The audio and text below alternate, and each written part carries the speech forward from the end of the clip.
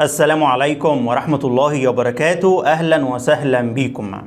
في الفيديو ده هنتكلم عن مهاجم النادي الأهلي الجديد في الموسم القادم، كمان هقولك تشكيل الفريق بالصفقات الجديدة. ولكن قبل ما نبدأ ما تنساش تعمل لايك وشير ومتابعة عشان يوصلك كل فيديوهاتنا. أنا قلت لك امبارح إن الأهلي اقترب جدا من حسم صفقة المهاجم جاكسون موليكا، ولكن للأسف حصلت بعض الخلافات اللي أبعدت اللاعب عن القلعة الحمراء. اللي أنا عرفته إن المشكلة في نسبة إعادة البيع، وفريق بشكتاش عاوز يحط بنود معينة في عقد اللاعب، يعني بوانص مبالغ فيها بخصوص تسجيل أهداف وتحقيق بطولات. ضيف على كده إن بعض مسؤولي النادي الأهلي كانوا رافضين فكرة دفع 5 مليون يورو لشراء موليكا، وبالتالي حتى الآن مفاوضات النادي الأهلي مع موليكا ما نجحتش. خلي بالك أنا بقول لك الأخبار يوم بيوم، تابع معايا يعني أول بأول كده، وإن شاء الله أقول لك آخر المستجدات يعني. طيب، هتسألني دلوقتي سؤال مهم جدا، مين هو بقى مهاجم النادي الأهلي القادم في الموسم الجديد؟ هقول لك هيكون عندنا إن شاء الله 3 مهاجمين، ولكن ال3 محليين. أول لاعب عندنا صلاح محسن، كان معار إلى سيراميكا ورجع للنادي الأهلي. كولر مقتنع جدا بإمكانياته الفنية. تاني لاعب كلنا عارفينه طبعا محمود كهربا، والثالث هو محمد زعلوك. إن شاء الله النادي الأهلي هيأجل حسم صفقة المهاجم للميركاتو الشتوي من أجل التعاقد مع اللاعب البرازيلي جوستافو سوزا بشكل مجاني. على فكرة سوزا عقده هينتهي مع جون بوكونداي في الميركاتو الشتوي في شهر يناير، فالصفقة هتتأجل إن شاء الله لشهر يناير لأن الأهلي مش عاوز يدفع فلوس. القصة كلها يا جماعة في الأمور المادية. النادي الأهلي يعني زي ما بنقول كده مستخسر يدفع مقابل مادي كبير لإتمام صفقة المهاجم موليكا أو غيره يعني. طيب، بخصوص اللاعب محمد زعلوك عنده 19 سنة، طبعا مركزه مهاجم رقم 9 من ناشئين فريق وادي دجلة. النادي الأهلي تعاقد معاه الموسم الماضي. هو عنده إمكانيات فنية وبدنية رهيبة، هداف قطاع الناشئين قبل كده، ولكن محمد زعلوك لا يمتلك خبرات كافية. يعني زعلوك ما نقدرش نعتمد عليه في كل الماتشات. على فكرة كولر معجب جدا بإمكانياته، وقال إن زعلوك ده هيكون مهاجم النادي الأهلي الأول ومهاجم منتخب مصر الأول إن شاء الله في المستقبل in the future، يعني مش دلوقتي.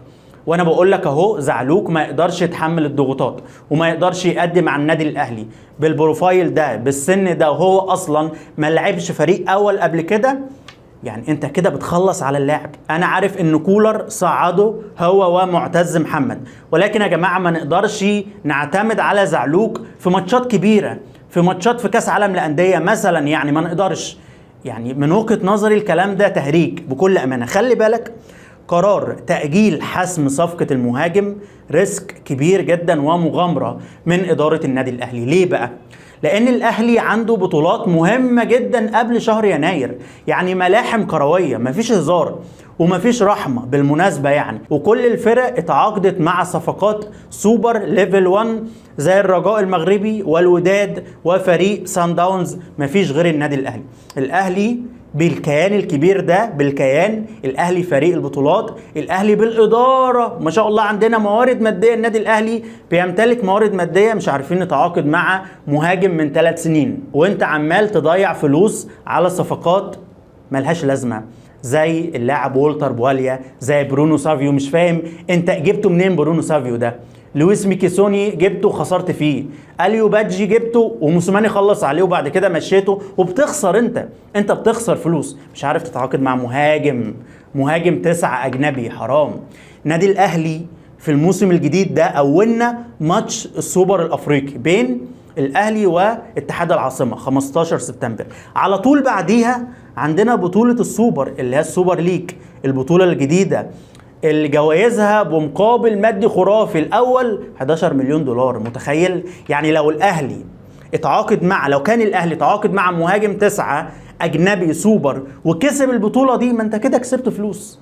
يعني محتاجين بس يا جماعه نشتغل ونشغل دماغنا شويه. معلش، مع احترامي طبعا للاداره، مع احترامي للكابتن الخطيب، انا مش بحب اصلا انتقد الخطيب، ولكن الموضوع يعصب بجد. يعني عندنا كمان كأس العالم للأندية قبل شهر يناير في شهر ديسمبر، فانت عندك بطولات هتبتدي وتنتهي قبل يناير، قبل الانتقالات الشتوية.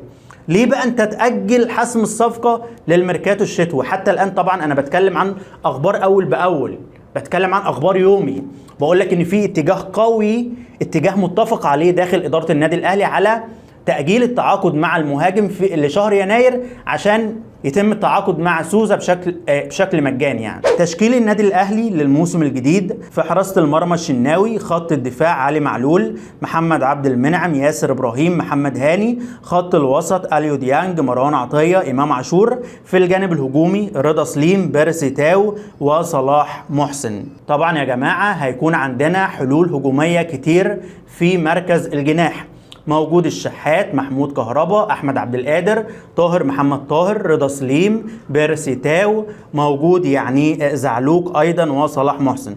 خلي بالك لو صلاح محسن تألق مع النادي الاهلي واثبت نفسه وطلع نار كده من بقه وسجل اهداف كل ماتش، خلاص الكلام اللي فات ده ملوش اي لازمه. يعني لو صلاح حل بديل المهاجم الاجنبي وادى زي المهاجم الاجنبي، ويعني ركز مع الفريق وسجل وكان ايجابي مع النادي الاهلي، خلاص يبقى احنا مش محتاجين مهاجم. ولكن انا بقول لك ان صلاح لاعب مزاجنجي. صلاح محسن انا ما اقدرش اعتمد عليه، يعني انا من وجهة نظري الفنيه انا شخصيا صلاح يا جماعه لسه ما نقدرش نعتمد عليه. تحس انه لاعب مستهتر، محتاج شويه شغل مع مارسيل كولر، مش من البدايه. طبعا هو حضر المعسكر مع النادي الاهلي في النمسا، هو حضر فتره الاعداد مع كريم نيدفيد ورضا سليم وصلاح محسن. طبعا كريم الدبيس تم تصعيده عشان يكون بديل لعلي معلول، وده ريسك تاني، مغامرة تانية. يعني كريم الدبيس يا جماعة طبعا قبل كده كان بيشارك مع وادي دجلة فريق أول، ولكن بقاله فترة بيشارك في قطاع الناشئين. هل هو ده اللي هيكون بديل لمعلول، اللي أصلا معلول واقع بدنيا ومش هيقدر يأدي في كل الماتشات الجاية دي؟ انت عندك ضغط ماتشات يا جماعة، مش بنهزر. يعني لا قدر الله علي معلول ممكن يتصاب، لا قدر الله ممكن يحصل له إجهاد، ممكن يغيب.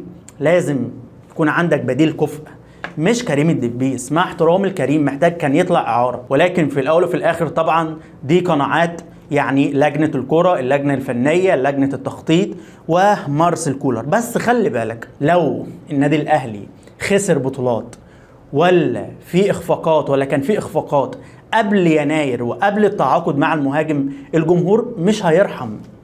اصلا انا عارف المينتاليتي، الجمهور مش هيصبر عليك. واستحمل بقى، انت فاهم الضغوطات، واستحمل الانتقاد واستقبل. رغم ان انا مش بحب انتقد الخطيب خالص ولا الاداره خالص، يعني الخطيب بالنسبه لي زي ابو تريكه كده، ما اعرفش انتقده، ما اعرفش يعني. ولكن اللي جاي الله اعلم بيه. انت هتخش عشوائي، انت مش عارف ايه اللي هيحصل.